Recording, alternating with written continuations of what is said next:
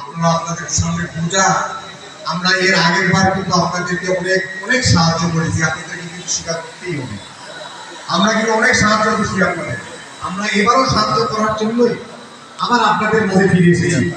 আজকের এখানকার আগত ঠাকুরগাঁ 3 সদস্য জনাব মোহাম্মদ জাহিদ ভাই, ঠাকুরগাঁ জেলা থেকে আগত হিন্দু কল্যাণ সমিতির ভাই, এই ইউনিয়নের সভাপতি আক্তার ভাই, 8 নং মন্ডল ইউনিয়ন থেকে সভাপতি সাবেক চেয়ারম্যান জনাব মোহাম্মদ জমিরুল ইসলাম, আমার ছোট ভাই বকুল মজুমদার, আমার ভাস্তা সাংগঠনিক সম্পাদক আল্লাহ হোসেন থেকে শুরু করে আপনারা সবাই আপনারা ভালো থাকেন, সুস্থ থাকেন।